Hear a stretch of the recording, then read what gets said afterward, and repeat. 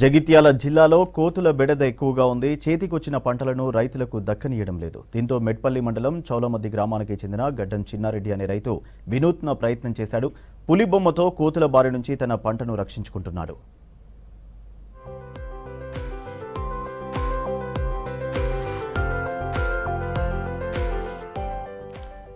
చిన్నారెడ్డి తాను పండించిన మక్కలను అమ్మడానికి మెట్పల్లి మార్కెట్ యార్డుకు తీసుకెళ్లాడు.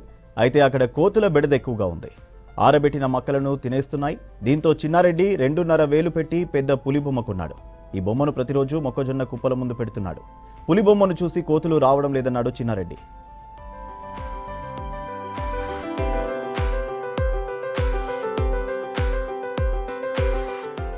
ఊరు చౌలమద్ది. నా పేరు గడ్డం చిన్నారెడ్డి. మాకు కోతుల బెడద తోటలల్లా అనేకమైన బాధలు కోతులతో. ఎట్లా దాని నిర్మూలన అని ఎన్ని చేసినా దేనికి భయపడతలేవు.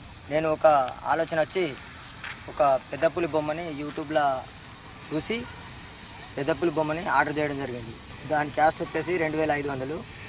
ఆన్లైన్లో ఆర్డర్ చేస్తే తెచ్చిచ్చిండు. దాన్ని పట్టుకొని చేను కాడికి కొండపోతే కొంచెం భయపడి పోవడం జరుగుతుంది కోతులు అనేటివి. అట్లాగే చేసుకొని వచ్చి మళ్ళీ మక్కల్ని మెట్పల్లి మార్కెట్లో పోయడం జరిగింది. దానికి కూడా ఇక్కడ మార్కెట్ పరిసరాల దాని పడిన చెట్లు చేయబట్టి అక్కడ కూడా కోతులు వస్తే రోజు పొద్దున తేవడం, సాయంత్రం కొండపోవడం జరుగుతుంది. దాంతో మాకు కొంచెం కోతులతోని కొంచెం ఉపశమనం కలుగుతుంది. తోటల కొండపోతే కోతులు వస్తలేవని చెప్పి మక్కల కుప్పలు మెట్పల్లి మార్కెట్లో పోసినప్పటి నుంచి కూడా దాన్ని ఇక్కడికి తేవడం జరుగుతుంది. పులిబొమ్మ పెట్టిన నుంచి మక్కల దగ్గరికి కోతులు వస్తలేవు. దానివల్ల మాకు కొంచెం